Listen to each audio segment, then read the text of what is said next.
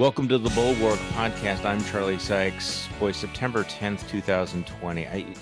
We have these Trump Woodward tapes, these revelations from a whistleblower in the Department of Homeland Security. And out west, the sky has turned into, well, it must be like what's like to be on Mars, this, apocalyptic red as these massive wildfires continue to rage. And who better to talk about this with than Tim Miller? Hey, by the way, good morning, Tim. Thanks for joining me. Hey, good morning, Charlie. Hey. I'm just shocked that I'm getting the top billing over Tom Ridge, former. Well, I was going to mention that we have a double header today because there's so much stuff going on with 53 days to go. First half of the podcast is going to be Tim Miller, and then we're going to be talking with Tom Ridge, two-term governor of Pennsylvania, the first ever Secretary of Homeland Security. And he's got some thoughts, I'm hoping, about what's going on in the Department of Homeland Security. Yeah, so for people who are looking for seriousness, they can just fast forward 30 minutes and we can do that. And he's very, very involved in the whole issue of mail-in voting in this, speaking of apocalypses that are coming our way. Hey, before we get started, Tim, you actually live out there in the hellscape of California. So can you see the sky, or is it like end time still there? Yeah, we'll see what happens today. And we're taping this at 7:30, so it's pretty overcast, but that's normal out here in foggy Bay Area. We'll see if it clears up today. Yesterday was bizarre. I mean, you are right. It is not an overstatement at all to say it had surface of Mars vibes here. You walked outside and it was like in one of those movies where they put the screen on where everything is orange, kind of an orangish red. There were, I was on a Zoom with Bill Crystal yesterday morning around 10:30, and I brought it outside to show him, and he's like, "So the cars in your street have headlights on still at 10:30?" I mean, it's a very strange deal, and we couldn't. Like last week, we really couldn't go outside much at all because the air quality was so bad to breathe and kind of smell. It sort of smelled like a campfire everywhere around town. And that has dissipated, at least for now. So at least the air quality is better. Hopefully, one of these days we can get back to our normal 72 degrees and sunny out here before, kind of climate change wrecks our glorious, California paradise. It does feel like one of these sort of cosmic answers to all of those tweets, showing, some Antifa rioters in Portland, saying, "This is Joe Biden's America." Yeah. And then God goes, "No, look at the sky. This is Donald Trump's America, big. You don't have to go to social media to see this." Okay. By the way, just a heads up for folks, you are doing a Snapchat video every single week that people can find on Snapchat. And I got to tell you, I was telling you right before we started this, I think it is absolutely fantastic for Bulwark fans. If you all have access to either a teenager who has Snapchat, or you can figure out how to do it yourself, you really ought to look this up. So what is it called? It's called Not My Party. So if you just swipe left on your Snapchat app and search for Not My Party, it'll come up and you can subscribe. Or as Charlie said, you can find a teenager in your life or on the street and they'll be able to, pull it up for you in about 5 seconds. So Not My Party. And I started this week. I've been, we've done 2 of them now. And, I think that they were hoping that the teens could get kind of a a Charlie Kirk view of conservatism. And so I've spent a lot of time ranting about Donald and Bannon, of course, but I did, on the topic of California today, get to spend a little bit of time talking about the fact that, our leadership out here has decided that the correct response to the fires is that everybody turns off their AC, which has, unfortunately, I hate it when they make Fox right, but it has made for a kind of a weird situation out here where, we're surrounded by fire and stranded by a pandemic, and we're told we can't use our electricity because they've offlined all the plants and are, trying to rush us to our great solar future. The solar energy future, hopefully we can reach it soon, but, when the sky is filled with soot, it creates some problems. Yeah, we've seen the future, and it's old people really sweating a lot. I Yeah. mean, I don't know. Okay, because this is a serious podcast, we should really jump right into the revelations by Bob Woodward. This is just an amazing thing. It does have this Watergate vibe. I have to admit that the whole, what did the president know? When did he know it? What did he do? Well, we now know all of that. Also, the fact that what 50 years, 40 some years after President Nixon is done in by tapes, what does Donald Trump do? He makes his own tapes with one of the reporters that brought down the Nixon presidency. I mean, it's like, whoa, the dots have connected. So, I want to talk about what we learned and the significance of this, and whether the big question would be, is this actually going to make a difference this time? But I had to tell you, Tim, there's one delicious little aspect of this that I wanted to start off with. So the people are wondering, what was Donald Trump thinking? Why would you sit down with Bob Woodward? It never works out well for presidents who sit down with Bob Woodward, right? But the president, of course, is surrounded by brilliant people who are always telling him, what he ought to do. My initial reaction was that it was just his vanity. That he thinks, I'm the president of the United States. I can tell my story. I can manipulate Bob Woodward. His first book wasn't that bad. I can handle anything. But 18 interviews, including these tape recorded interviews. Well, now, as the finger pointing, because this turns out to be so disastrous, somebody needs to be thrown under the bus. And the person who's risen to like the first in the queue is, of all people, Lindsey Graham. So Tucker Carlson, who is of course, an inveterate Trump defender, fluffer, goes on in a monologue blaming Lindsey Graham for this idea. Let's just play this. That for repeated interviews with Bob Woodward. Why in the world would he do that? Well, tonight, from a source who knows the answer to that mystery, Senator Lindsey Graham of South Carolina. It was Lindsey Graham who helped convince Donald Trump to talk to Bob Woodward. Lindsey Graham brokered that meeting. Lindsey Graham even sat in on the first interview between Bob Woodward and the president. How'd that turn out? Now, remember, Lindsey Graham is supposed to be a Republican, so why would he do something like that? You'd have to ask him. Why? But keep in mind that Lindsey Graham has passionately opposed, virtually every major policy initiative that Donald Trump articulated when he first ran, from ending illegal immigration to pulling back from pointless wars to maintaining law and order at home. Lindsey Graham was against all of that more than many Democrats. So maybe you already know the answer. Lindsey Graham, just... I'm sorry. Hey, by Nice the little way, throat toss in there about how Lindsey Graham doesn't like the immigrants.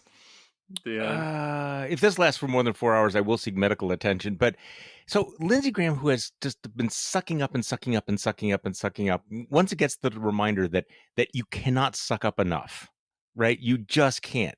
There is no level of sycophancy that is going to get you a pass if they decide they're coming for you. But I think the hilarious thing is that the focus here is not that the president of the United States basically crapped the bed, right? it is that who let this guy in to record him crapping the bed. And there's so many layers to this, Charlie. It's like, on the one I hand, know. there is just the kind of Dan Dresner-esque, like the toddlerization of Trump. Yeah. The fact that his biggest fans actually have the dimmest view of him.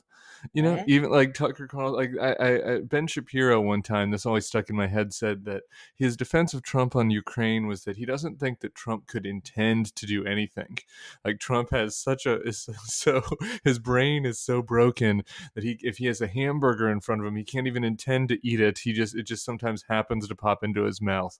And here's Tucker saying that the president can't even determine whether or not to speak to a famous journalist or not on his own. He needed to be manipulated by that dastardly Lindsey Graham. It's just like, how dumb, how incompetent and dumb is this person that they can't make any decisions on their own? And the next delicious layer to this is that Tucker, and this just shows how corrupted Tucker has become and how much of a propaganda outlet this is.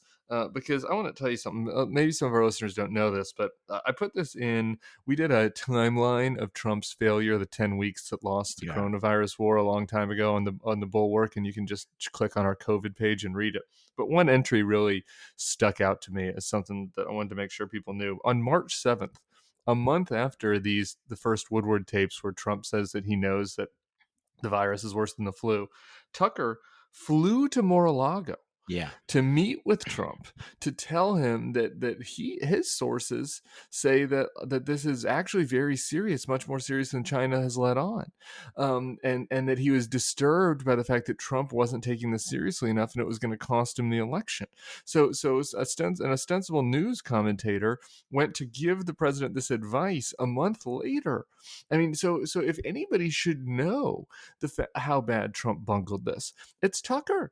Because Tucker, believe it or not, actually took this seriously and started covering the virus as early as February. Maybe it was because it was, allowed him to demagogue about the Chinese, but for whatever the intentions were, he actually got it right. And he knew he got it right, and he knew Trump got it wrong, and he flew there to beg him to take it seriously. And now these tapes come out that prove that Tucker was right all along and Trump was wrong all along. But rather than take a victory lap and say, I told you, that we needed to take this more seriously. This was obvious from the start to those of us who were watching the show. Rather than take the victory lap, he can't do it because he doesn't want to offend his audience by explaining how dumb Trump is. So he has to come up with this preposterous insult where the evil and dastardly Lindsey Graham is at fault. It is delicious and maddening at the same time. Okay, now let's just step back here and ask what we've learned that's new and whether it will make a difference, because we knew that the president was downplaying this. You had that timeline, which is still up at the Bulwark, and I strongly urge people to look at that timeline. You can see all the things that he said. The Washington Post has documented this. New York Times has written about this. So what difference does it actually make that we get this story from Woodward that he said this on tape? Does it actually make any difference to the Nothing Matters crowd? Well, this is what I wrote about this morning with the LOL Nothing Matters Republicans. And no, it doesn't make any difference to the Nothing Matters crowd, but I think it will potentially make a political difference. One, and I think it obviously makes a difference with regards to sort of rendering a judgment on Trump's presidency and his handling of this virus. Because look, I mean, it just utter incompetence and aloofness is damning, of course, and that is what we knew. But what these tapes really do show is a conscious recklessness, not just an incompetence, right? I mean, look, on February 7th in this tape, the most damning part for me is on February 7th in this tape, Trump is talking to Woodward about how much worse this is than the flu. I think he says 5 times worse, based on what they know at the time. He's talking about how it's an airborne virus and why that's dangerous. Over a month later, Trump is tweeting, and I believe you've retweeted this a couple times recently, Charlie, about how this is just like the flu and how it's not a big deal. And so I think that many of us suspected that he recognized that it was a big deal and just was downplaying it because he was worried about the stock market and worried about his reelection and, worried about his ego and whatever else, worried about the news coverage that day because, he has the attention span of a gnat. But I think that that this shows that this is demonstrative proof of that was the reason why he was doing this. It wasn't just aloofness, and I do think that matters in rendering this judgment. And then I do think that matters with voters because look, this is undeniable. His numbers have gotten worse over the last 6 months because of the virus and because of the protests, and this is just another reminder for that percent of soft voters, of soft Trump folks, that about how bad he screwed this up. Yeah, I have a couple of takes on this. I mean, first of all, there are tapes, not anonymous sources from the deep state. Remember last week it was all, we're not going to believe any of the stuff about the military because it's anonymous. Well, when people came forward and agreed, well, we still don't, believe that because it's secondhand, they're disgruntled, etc. Well, this is not anonymous. It's not secondhand. It's from Trump's own mouth. It is right out there. And it is so graphic, as you point out, the consciousness of it. I was going to play the tape, but I think people have probably heard it by now. You go through what he said afterwards, as you point out, so 7 days after he tells Bob Woodward that he knows how deadly it is, that he knows it could kill lots of Americans, that he knows it's not the flu. He's saying a lot of people think it goes away in April with the heat as the heat comes on. February 24th, coronavirus very much under control. Stock market starting to look good to me. February I mean, 24th. he admits it right there, just really quick. He admits Yes. he not only admits the Stock market. consciousness, but he admits the reason why by saying the quiet part loud, as he always does on the stock market there. Exactly. So February 26th, when you have 15 people and the 15 within a couple of days is going to be down to close to zero, that's a pretty good job we've done. Next day, it's going to disappear. It's a miracle it will disappear. And then as late as March 14th, he's saying, we have flu in our country, an average of 36,000 people a year, 36,000 people. And that's something we're not talking about. But as of this moment, we've lost 50. And then on March 19th, he admits to Bob Woodward, I always wanted to play it down. I still like playing it down because I don't want to create a panic. Now, in terms here, go ahead. He never wants to scare people. He never wants to alarm people, right? Except for American carnage and thugs on a plane and Mexican rapists and caravans coming to kill us, and the Marxist apocalypse of the Democrats. He definitely does not suburbia. Yeah, Cory Booker is coming for you, white suburban housewives. But he didn't want to. What he really meant, though, right? Because we have to Trump-splain here. Is he didn't want to panic the stock market, because really that's what it came down to. He wasn't going to prepare the country for what they needed to do to prevent hundreds of thousands of Americans to die, because he didn't want to spook the stock market. Yeah, and a lot of people say, well, who cares about this? Like, again, it's just the president's words. His actions don't matter. Actions are what matter. LOL, nothing matters. But here's the thing. This was an area where actually, I know this comes as a shock to our friends in the anti-Trump crowd. Like, presidential words matter, and leadership does matter in a situation such as this, where he has the ability to shape behavior, right? And even so for him, we see that it was 6 weeks between when he knew that this was serious and when his fabled first pivot, and then obviously he pivoted back to irresponsibility again, daily and weekly, all the way up to our present. But if you began on February 7th, acting encouraging people to start thinking seriously about social distancing, about getting together in large groups. If he had moved more quickly to create a testing regime, to address the PPE, to make sure that hospitals were prepared. I mean, there was a lot of time for wasted when time was very much of the essence. And so this idea that sure, there were plenty of other people to blame, plenty of other people that messed up, the CDC with the masks, Cuomo was a disaster, but this demonstrates that the president knew that people should be acting differently. And even if he could have changed people's behavior 10%, 20%, I mean, that is an exponential number of human lives that could have been saved by this. And so I just it is extremely, extremely damning just on the COVID part, and it shows you how crazy this administration is, and how insane we are that about all the other stuff that was revealed yesterday that doesn't even get mentioned. So I having lived through so many of these, this is the moment, this is it. Having lived through Access Hollywood, remember October 7th, 2016, when everybody thought the campaign was over, and Reince Priebus was saying you need to drop out of the race and everything. Now, by the way, he's saying that the president should go on the attack.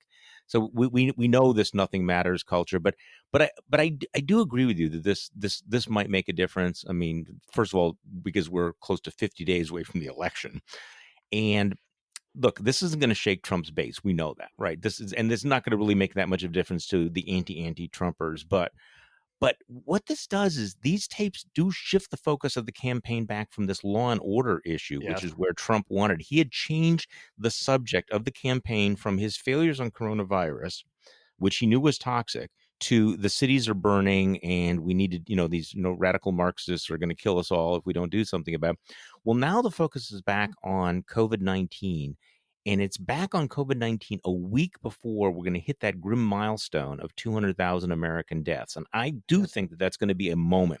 And now when this hits, there's no way that this story doesn't, become part of that context, right? I mean, so that Yeah, this mounting goes to death toll, JBL's point that he keeps making. yeah, He's behind. Trump's behind. He needs right, good news cycles, and so this is, and I wrote about this today, but yep, there's just this. There is this head in the sand you see on the from a lot of people in the commentariat that like this thing that none of these things matter because everybody's views are so deep seated about Trump, and it's true that many people have already rendered a judgment on Trump, but there is an important demographic of people that haven't. And if you look at the data, you see between basically 6 and 9 or 10% of Trump's voters from last time are saying that they're moving over to Biden. If you looked at the data from 2016, about 15% of Trump's voters said that they had an unfavorable view of him. They just hated Hillary more. So look, that is an absolutely massive swing demographic. The difference between Biden getting 5% of Trump voters last time and 10% is the difference between a very narrow, nail-biting election college long night, and the difference between Joe Biden winning in a Ronald Reagan level landslide. So yeah, those people, they are persuadable. And on COVID, they are already have their doubts about Trump. They've been giving him a pass for the most part because this is a pandemic. Who could have predicted it? All the countries are bad. More information coming to light, including tapes that undermine that argument, that make them have second thoughts about whether actually it's true that this was a kind of black swan that couldn't have been resolved. Can move some of these voters, and if even if it doesn't move anybody, like you're saying, it prevents what Trump that's the needs key. is news cycles to help gain some of them back, because right now he's losing. Yeah, no, I actually in my newsletter I put Matthew Dowd's tweet in, making the same point. Many in the media keep missing the point. It is not whether new information will cause Trump to drop below 42%. It's about whether new information will prevent Trump from growing his support enough to win, and that's the key. In Wisconsin, he may be 4 or 5 points behind, but he's at 43, 43, 43, 43%. Yeah. He's not going to win a state like Wisconsin unless he can get to from 43 to about 47%. This is not going to make it easier for him to do that. It makes it much tougher because this is the one issue that he consistently polls, really badly on. I think he's got a 37% approval rating. So here's the thing that's fascinating, because Trump is Trump, and we know that. And I don't know if there's anything more that we can actually learn about Trump, but I'm constantly fascinated by his enablers, his supporters, and his defenders. So as of this morning, or yesterday afternoon as well, what have the anti-Trumpers settled into a comfortable defensive crouch yet? I mean, they figured out how they're going to spin this. I saw that Ben Shapiro was basically going, but Biden or Pelosi also downplayed this at some point, which is actually sort of incorrect. But is that what it's going to be? Is it just going to strategic silence? They'll take a deep breath and then they'll, I don't know, find Or some. nothing to see here. We already knew this. I mean, that's the Federalist crouch is this. Okay. Because here's the thing. Trump is I'm blocked verbal by Molly diarrhea. Hemingway. Yeah. Yeah, look, Okay. Trump is verbal diarrhea, right? So if you So it go doesn't through matter. the fact that he had whatever, 30, 40 press conferences, you can find one sentence from all these press conferences that's like, see, look at this one sentence where he said he knew it was worse than the flu, right? Like, and so look, I just think that they are, people, they've already rendered the judgment that they're going to need to be for Trump, and so they'll just backfill it. So yeah, it'll be the Nancy Pelosi in Chinatown. It's all BS. But here's the interesting thing for me, Charlie, is while those people are enraging, they're a little bit less of an anthropological curiosity for me as the people who are in there, and who still won't just speak the truth about the president in the way that we've seen from some Miles Taylor, Elizabeth Newman, and some of these folks, because this was because this is a little bit dog bites man at this point. It was undercovered yesterday, but I just want to read Dan Coates a couple things. Dan Coates said to Bob Woodward that Trump is dangerous, unfit. He thinks he might be compromised by Putin still. He doesn't understand why some of Trump's actions. And then Fauci said he's rudderless and has the attention span that is a minus number.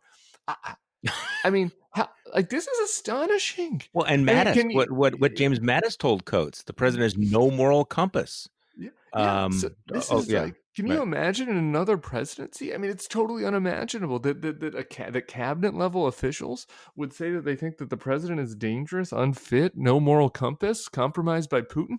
Like, how can you believe that? And this is just it's supernova Olympic level compartmentalization to think that you believe that the president is dangerous and unfit and compromised by our enemies and has without a moral compass and has no attention span, and then to think, well, but he's probably better than the other guy after all, socialism or whatever. I mean, Marxism. it's yeah, Marxism. I mean, that is the thing that I think that we'll need to have teams of psychiatrists studying for years and years to come. Well, you know what? Like, You wrote about Miles Taylor. Miles Taylor being one of the first of the high-ranking officials in the Department of Homeland Security to break ranks, and he did the ad for Republican voters against Trump. And then you did a piece about him for the Bulwark, and then he was yeah, on the Bulwark podcast, and he predicted that there would be more. So, and he was right, because you have Elizabeth Newman who came out, and now you have this new whistleblower coming out saying that they had told yeah, him to suppress the information yeah, about Murphy. Russian disinformation to And white supremacy, and white white supremacist supremacy, so violence. that they could then cook up that Antifa is a real threat. So essentially, they wanted to use this to frame. I mean, look, the narrative that Trump has been pushing up until yesterday, of course, is that this major threat to America came from Antifa, and kind of wink at the white supremacists. And now we're getting a rather graphic view of what was going on.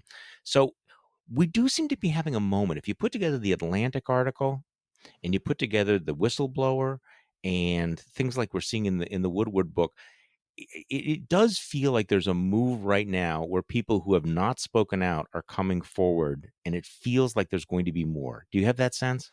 I hope so. Yeah, I hope so. Yeah, I don't I feel a little bit like Lucy with the football on yeah, this I though, know. We all feel but that way. because like Miles was tweeting yesterday something about this. It's like this was everybody that worked in the White House that was a person of conscience or something already knew all this, and this is what they all think about him, referring to the Coates and Mattis quotes.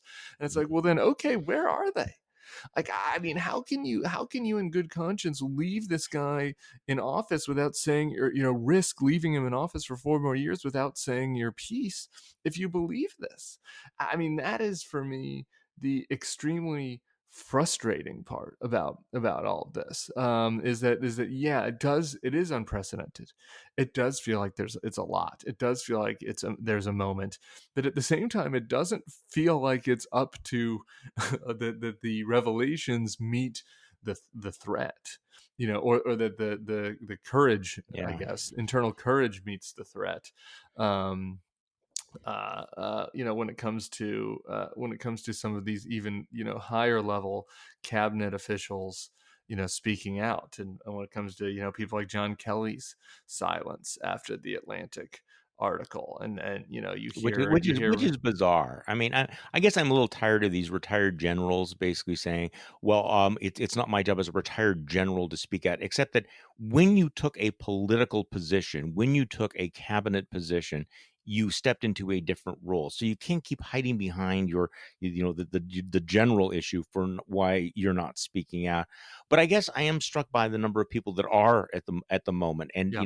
if in fact we go back to there's a little bit more than 50 days until the election. If every week there is another revelation, that will be another week where the president is on the defensive and not talking about the things he wants to talk about. Um, this is a bad case scenario. Okay, so one little tidbit that got lost, actually a bunch of things that get lost, so many things get lost. Number one, how badly outraised the Trump campaign was by the Biden campaign, which nobody saw coming. The fact that there's a lot of concern that the Trump campaign may actually be running short of cash, which is, look, you've been involved in campaigns. That is mind-boggling. This guy, he had a 4-year head start. He had $1 billion war chest. He had the Death Star, and apparently, what did they piss through all the money? Is it?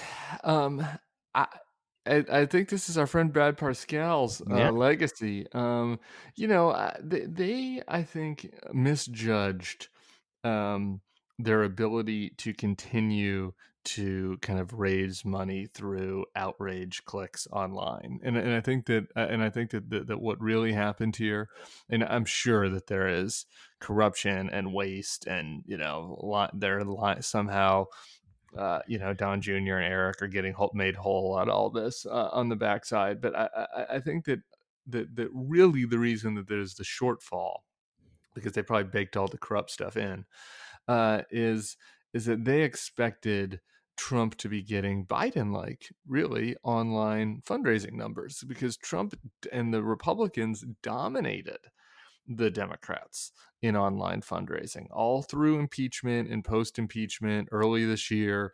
And that has dried up some, and I don't, maybe that is a sign of waning enthusiasm among the base. Maybe it's a sign that they've just kind of bled all these folks dry, Yeah, and they there's tapped nothing out. more to get out of the Mhm. turnip here. And I think that they had this anticipation that spigot was never going to turn off, and I think the spigot's slowing down, and so they've put themselves in a tough situation there. And they're not on air right now in Pennsylvania. Pennsylvania is a very Unbelievable. important state for Trump. If you don't win Pennsylvania and you don't win Michigan, I think Michigan's pretty much off the table, really, for Trump at this point. So if you then add Pennsylvania, the only path to victory for him is to win all of the other swing states, and then it's a tie, and then you have to pick up the main congressional district to win by 2 electoral votes. I mean, Yeah. that's or Minnesota, or you steal Minnesota, which doesn't seem likely that you'd win Minnesota and No. lose Pennsylvania. So I mean, Pennsylvania is a critical state for them. To be down on advertising there, I think shows just how serious the problems are. Yeah. The other story was that Trump is not doing any practicing for the debates that are coming up, because what could possibly go wrong is, although I agree with JVL that I think despite all the hype, they're not going to make a difference either. I mean, unless somebody like throws up on stage or something. I think So, that there's a downside. I'll bed wet for a second on that and okay. take the contrary view. I think Okay. that there's a downside risk for Biden in the Oh, debates. really? Yeah, I mean, we do in the focus groups that I've seen, but there is a soft Biden support among some of this swing demo, and they're a little concerned about his performance. They don't know as much about him as you'd think, given how long he's been in Washington. And so, I think in a worst case scenario type debate performance for Biden, where he really is struggling, that I think it could have an impact. Yeah. Okay. So I don't think it's a zero. I mean, I think that let me just say this: I definitely think it will have a bigger impact than the conventions did, or at least could potentially have a bigger impact than the conventions did. Um, so do you have any insight into this? Because I don't actually. Speaking of bedwetting, there's a lot of bedwetting coming out of Florida about the way in which Biden is underperforming among Hispanic voters. Look, I understand Cuban Americans are going to vote for Republicans. That's not breaking news. But there seems to be some of the polling shows that Biden is underperforming among non-white voters, among people of voters of color. Is you have any insight into what's going on? Because the last thing on earth that I would expect would be that Donald Trump, after 4 years of playing the race card, bashing immigrants, might overperform among Hispanics and African Americans. Is that actually happening, or is that just noise? It could be either. Trump did do a little bit better than Romney among both Hispanic and Black voters, if I'm remembering correctly. Somebody can fact check me on that, but I'm almost certain that's the case. That he got a higher Hmm. percentage, slightly. I mean, we're talking one or a couple points, but that's not nothing. The best theory, let's presume it's true. The best theories of the case that I have on this are: one, there's a category of older Hispanic voters for whom the socialism message really does work, and that Trump has Hmm. been driving that hard and paid. And then secondly, the thing that I think is more concerning for the Democrats long term, I'd be interested, to have somebody on this podcast, like more of a data person, like a David Shore or somebody like that, to talk about this. But the divide between the college and the non-college among white voters potentially is something that could leak into voters of color, particularly among men. And you start to see non-college men, who are, culturally kind of more aligned with non-college white men than they are with kind of the college educated latte liberals. And that there are some cultural areas where they're attracted basically to kind of Trump's sort of brashness and devil may care attitude and non PC attitude, and that there could be some maybe room for growth in those demos for Republicans. I don't think that's I don't expect a massive surge, but like some slight, this sort of the same trends we're seeing among white voters, you start to see a little bit with voters of color. Yeah. I don't know if that's true, but that's the best theory I've heard. So have you started playing around with the maps? Like the of 270? course. Yeah, you're playing. So as of today, where are you? What's your move? What's your map look like? I think Biden's over 300 electoral votes today. I think that he's going to win Arizona, win Michigan for sure. I think win Pennsylvania. Then he wins. And then he wins. So that's kind of what I have. I think that right now he's a slight edge in Florida, slight edge in Wisconsin. I think North Carolina is a coin flip. So I think that's where I am today. That said, I maybe this is just PTSD, but I do worry about a non-college white voter surge, and this is different than what you hear about the shy Trumper. I think that's stupid. Like that's just New York liberals who have one shy Trump friend, and they think that is what is happening in Wisconsin. That's just not a real phenomenon in the swing states. The Trump voters here are not shy. Exactly.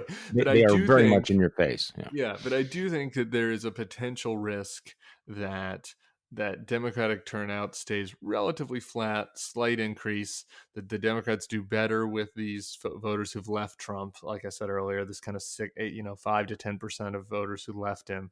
But that is offset by a surge in non-college white voters, which is the biggest demo of non-voters. When people hear about non-voters, they often think of like young people and black voters in the city. And in states like Wisconsin, Pennsylvania, and Michigan, there are a lot of those voters and Florida just have not voted. Well, that's of course the thing about non-voters is they tend not to be voters. So I'm a little skeptical about that, but that's it. In the scenario of a Trump victory, that's my main concern is that we're all focused on the suburbs, we're focused on urban turnout, and suddenly there's another 250,000 votes from rural Wisconsin, non-college educated white voters. Yeah, so that's the thing that worries me, but I don't think that'll happen in Michigan or Arizona. I feel pretty good about Biden in those states, and so that puts him in a good position. Then he just has to pick up another one. And the fact that Trump isn't on TV in Pennsylvania, it's amazing. Is amazing. But there are a lot of non-college white voters out there in Pennsylvania, so it's a pretty good map for Biden right now, but not a slam dunk map.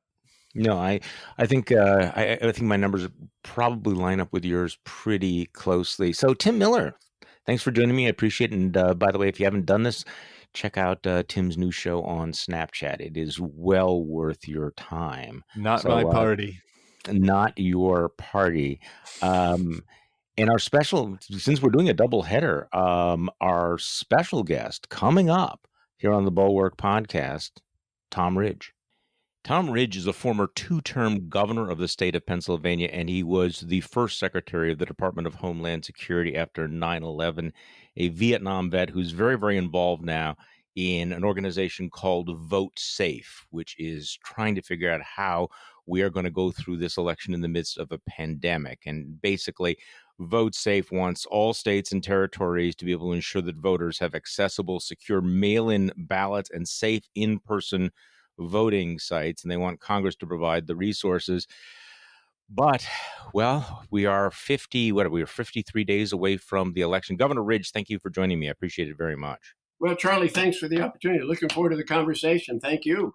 Well, I want to talk about mail-in voting because this is becoming a very urgent issue right now in real time. But I have to ask you, as the first Secretary of Homeland Security, just to your response to some of the stuff that we are reading this morning that everybody is talking about.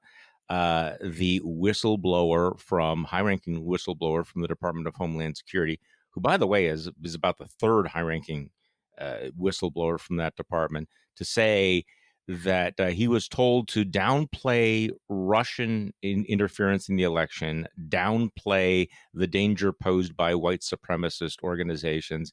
Your sense of what's going on in your old department? Well, I certainly find the allegations troubling. They're beyond troubling. Again, I say at the outset, they're allegations. I know some of the individuals against whom these allegations have been made, so I'm not going to be judge and jury.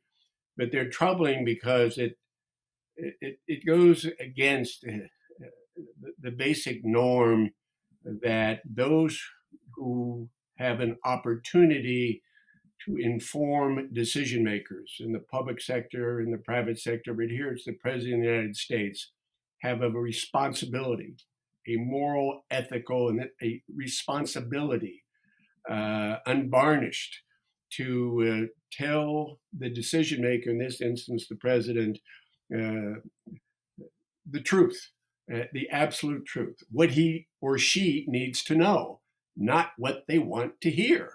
Mm-hmm. And obviously, even in this very partisan environment, without a partisan environment, I suspect there'd be an investigation, and I no doubt there'll be one commencing shortly in this regard. It's a very troubling set of allegations, and I'll just leave it at that. Okay, and of course we have the Woodward tapes that everybody has been talking about all morning. Bob Woodward sat down for 18 on-the-record interviews with the president, and we now have the president on tape in February saying this is a deadly thing. This is not the regular flu. This will kill a lot more people.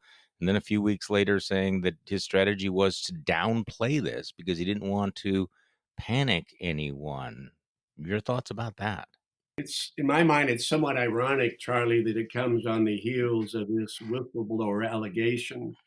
If you're going to hold someone advising the president to the standard that says you speak truth to power, then those who have power, those who have that responsibility, have to be speaking truth to those who have entrusted them with that power, with that responsibility.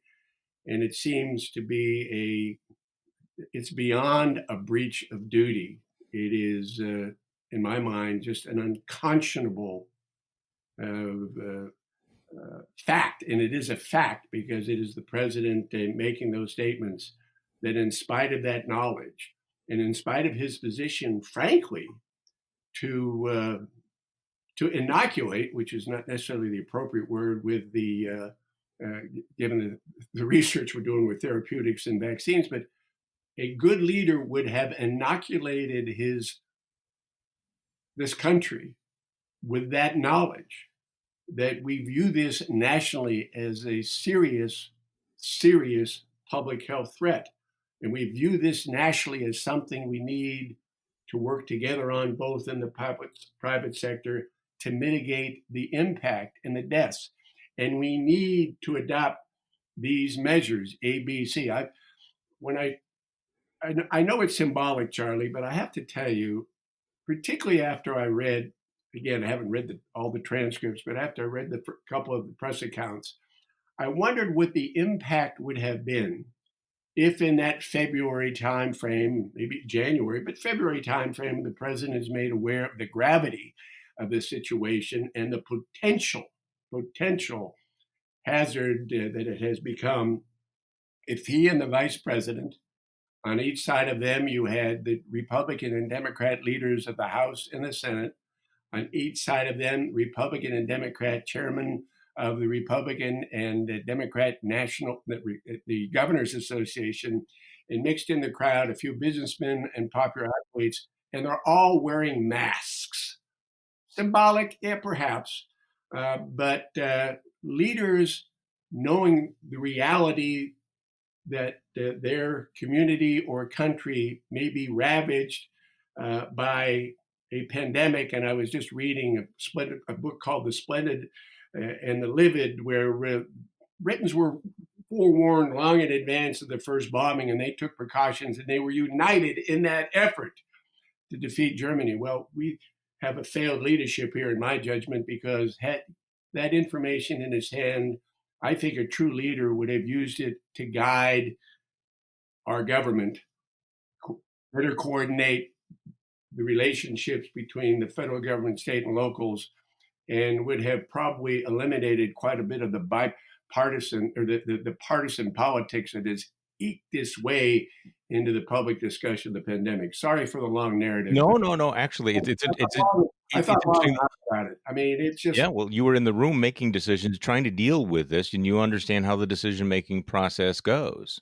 well, I When know you, there's a lot of books written on leadership, Charlie, but the fact of the matter is that strong leaders, in my mind, confident leaders, those who truly care about those who have entrusted them with that responsibility of leadership, would acknowledge that reality, that information that they've been known, and and and based on that knowledge and that information and the potential impact on the country or the group, would have done something, would begin to inoculate the very, not going to panic if the president says this is a challenge that we've got before us in America. We've responded to these challenges before.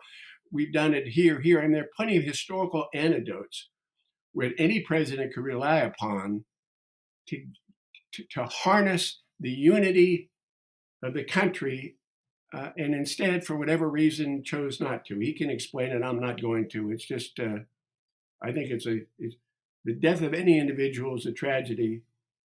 The fact that a lot of people believe, and I'll just take them for what it's worth, thousands of lives could have lost. The loss of life could have been mitigated significantly had this information been shared in a thoughtful and appropriate way with the public, and as the basis for asking Americans to do simple things like wear a mask, wash your hands, separate by 6 feet, those kinds of basic things. I think Americans would have done it. and I think the president might have gotten an approval rating near 60%, like some of the governors have gotten. It's interesting that you mentioned that book by Eric Larson. This book has come up on this podcast before, the Splendid and the Vile, about the Blitz in London. And you think back of the different approaches. Winston Churchill did not rally the British people by saying, "Oh, don't worry, they're not coming. It will just vanish. Really, we don't need to do anything about it because the British, I mean, the Nazis pose no threat to us whatsoever." That is not the message that he had. He stood there and he said, "I have, nothing to promise you but blood, sweat, tears, and toil."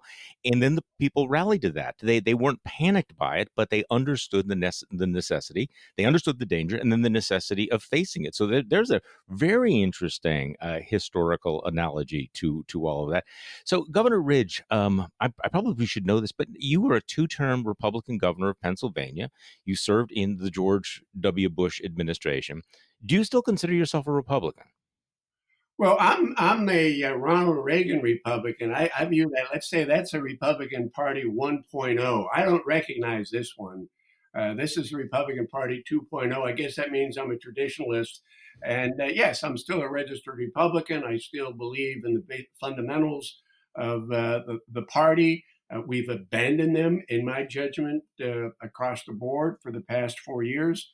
But I have been and will remain a Republican. I'm just a little concerned about the future of the Republican Party. And depending on what happens in the next election, will be determinative of that. I mean, when you take a look at what has transpired over the past 3.5 years, the fiscal concern about fiscal integrity and deficits has gone out the window, even in a pro-COVID environment.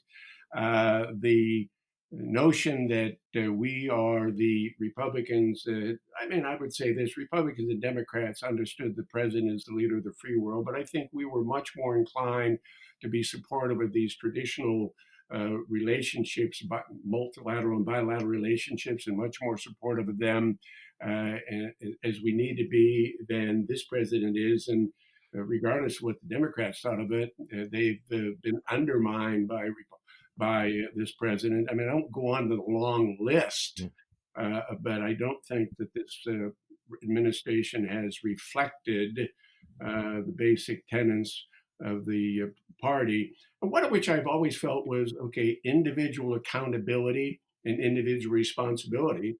And for the president during the COVID crisis, basically to kind of insulate himself, if you might borrow a phrase, build a wall around himself. Somehow he's not responsible.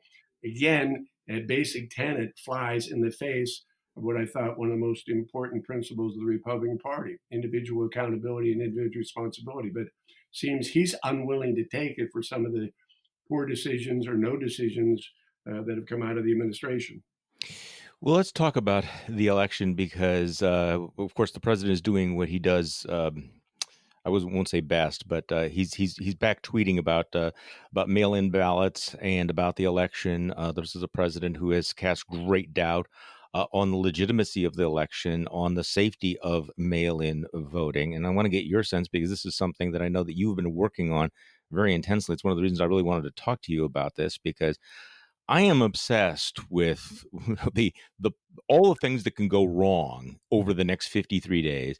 I see that you wrote a joint letter with a former governor of Michigan urging states like Pennsylvania to begin counting some of these mail-in votes before election day, because otherwise it may take, I think your phrase was that this may be an election month. So give me your sense of where we are at right now, how worried you are about this the first ever pandemic election we've had, and the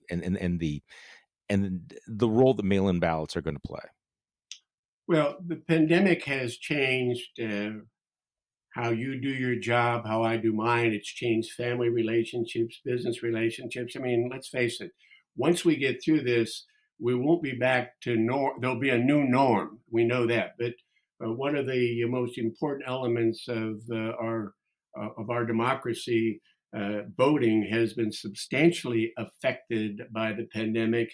And the best indication is the unprecedented use of absentee ballots during the primary season. You mentioned Pennsylvania. We had historically had 5 or 6% voting absentee in the primaries. This time we had up to 50%. And you know, and I know, and most thoughtful people will know that absentee ballots themselves do not provide any political advantage to either party or to any candidate. They just don't. The benefit of the absentee balloting inures to the candidate or the party that identifies those voters who need an absentee ballot to reflect their choice. And what Jennifer Granholm and I have been doing for the past couple of months, and it is a bipartisan effort because election security and counting votes and that sanctity of the election isn't a political issue. It must be bipartisan or perhaps even apolitical. But we basically have said that we need safe and secure in-person balloting opportunities, as well as safe and secure absentee ballot opportunities. And it's ironic, if not hypocritical, that the president, who has and continues to vote absentee, by the way, this time he will vote absentee in Florida, would be undermining this most fundamental process in the institutions of government in our democracy, the election, by proclaiming more than once that he's certain he could win, and the only way he could lose would be fraudulent abuse of absentee ballot, which flies in the face of 40 years of history and investigation, even under the careful eye and data analysis of a conservative think tank called the Heritage Foundation. It also flies in the face of the analysis of a highly respected conservative Republican lawyer, Ben Ginsberg, who I know marginally, for whom I have enormous respect, who has represented the party, presidential candidates, et cetera, since the 1980s, who basically said in a Wall Street, and I think it was in a Washington Post editorial yesterday, that the allegations of fraud, if I might give you the Cliff Note version, the allegation of fraud is in of itself a fraud. It's not going to happen. And that's why Jennifer, notwithstanding that, Jennifer Granholm and I just want to make sure that Americans because of the pandemic, are given options, one of which is the absentee ballot. And by the way, Florida starts counting, I think, 22 days ahead. Arizona, which is also a swing state, 80% of those folks out there vote absentee. So, Mr. President, um, I frankly think what he's done is close to being, I think, as un-American as anything a president has done to undermine the legitimacy and the trustworthiness of this sacred uh, process that we have in this country by these false allegations is certainly unworthy of anyone, but particularly an incumbent president of the United States. You said something that I think is very interesting, that this should be a bipartisan, apolitical issue. And really, up until this year, absentee ballots had not been a partisan issue. Republicans had it for a long time, dominated in some states, the early voting, the universe of early voting. But now it has become hyperpartisan. It's become very, very polarized. So I wonder whether we have any indication of how this is going to play out, because right now, every survey that I'm seeing, including in states like Wisconsin, there is a real partisan breakdown where Democrats are far more likely to vote by mail than Republicans. So the good news and the bad news would be that, has Donald Trump actually succeeded in suppressing some of his own vote? Because I know a lot of Republicans who traditionally voted by mail, and by casting doubt on mail-in votes, is it possible that he is going to reduce the Republican use of absentee balloting? Well, I'm fascinated by analysis because I happen to share it. Yeah. The fact is, if you want to preserve the majority that you have in the Senate, Mr. President, and I just wonder if Mitch just shakes his head in disbelief and mumbling under his breath. Why would you discourage Republican voters who historically have voted absentee, and maybe those who've got pre-existing conditions, loyal Republicans that just don't want to go to the polls, et cetera, from voting? And by discrediting the absentee balloting process. So it absolutely makes no sense to me.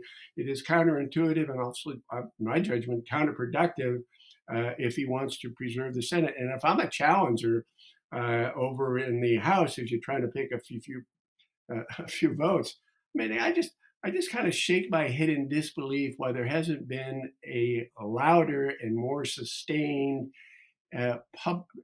public outcry from incumbent elected officials challenging the president's statement that the only way he could lose is if the election's rigged. It is beyond despicable, in my judgment, for a statement for the president of the United States to make that observation and conclusion. It's self-serving, it's narcissist, and it's wrong, Mr. President. The voters will decide, not you. And part of that process has to do with absentee ballots. And that's why Governor Granholm and I, we're not out promoting one side or the other. We just want to make sure that the options are there for people throughout the country. One great example is the Kentucky situation where the Secretary of State is elected Republican, the governor is an elected Democrat, and they're working very, very hard to make sure that they get safe and secure in-person balloting and absentee ballots. It's an apolitical issue. Everybody ought to be joined in the notion that we ought to maximize participation, maximize voter turnout, and let the people decide who takes the oath of office on January 20th, not the president looking into his own personal crystal ball, claiming the future and suggesting that anything but his conclusion would be contrary to the facts. So the facts are, Mr. President, the folks haven't voted, and he's taken this notion of delay, and there will be delay because of unprecedented use of absentee ballots, and suggested there'll be a fraud. Final comment. You and I don't know these folks very well. I know some of them, Charlie. You got Republicans and Democrats at the local level who for years and years give up a couple of days a year. It's their contribution to this process of self-government. They're local election officials. They work very hard. They view the vote and their mission as a sacred and important one. I think they're the guardians of democracy. And for this president, frankly, to suggest that they haven't in the past, nor will they in the future, do their job to make sure that every vote that has been properly rendered is properly counted. Again, is not only a lack of confidence, but I think a bloody insult in the face of their service to this country. But again, you don't want me to get going on who served their country and who hasn't. But they are guardians of the democracy, and we should be grateful for their presence and for their work.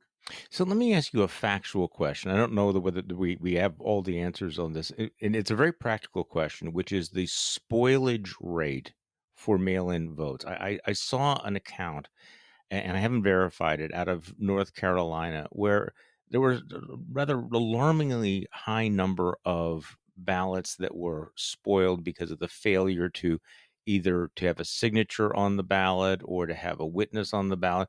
Do we have some rule of thumb? Are you getting any indication of whether this is going to be a problem? Because this is one of those things that could have tremendous impact in swing states, especially if you have Democrats disproportionately using the ballots. If you have a 10% spoilage rate, that could flip the election. So what are you seeing? What are you hearing about that?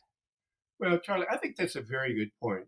And as strong an advocate I am for the safe and secure options, there are rules and regulations appropriate to the use of the absentee ballot. And these local officials, and there is a process, some of it's electronic, some of it's personal, overview, but there are guidelines and rules that, in my judgment, basically assure the legitimacy of the ballot itself. And I think it is incumbent upon the leaders of both parties, state and local officials, the media itself, just there are rules and regulations around absentee ballot, just like there's rules and regulations around everything else. And we cannot deviate from that. And so I think the challenge is not changing the rules or second guessing the outcomes. The challenge is making sure in the next 2 months that everybody understands the appropriate way to exercise this civic responsibility. I think it's a privilege to vote, Charlie. I think it's civic responsibility, but exercise your civic responsibility in a way consistent with very specific guidelines. It's not that difficult. And if there's a lack of knowledge and information, it falls on both parties and the leaders of both parties, particularly at the local level, state and local level, to inform the public so they better understand and comprehend what they need to do. Will there be a spoilage rate? That is possible. There's been that way for a long, long time. But that is far and away different from the kind of massive fraud that the president's talking about. One doesn't exist. The other can be remedied or minimized just with education. Governor Tom Ridge, thank you so much for joining me. Tom Ridge is a former two-term governor of Pennsylvania, the very first Secretary of the Department of Homeland Security, and an outspoken advocate for mail-in voting. His organization is Vote Safe. You can find it online. Governor Ridge, thank you so much for joining me today. Charlie, it's been a great pleasure. I hope we have a chance to continue the conversation either before or after the election, but stay safe, be well to you and your listeners. It's been a pleasure to join you. Thank you. And thank you for listening to today's Bulwark Podcast. I'm Charlie Sykes. We'll be back tomorrow, and we will do this all over again. There are 53 days to go until the election.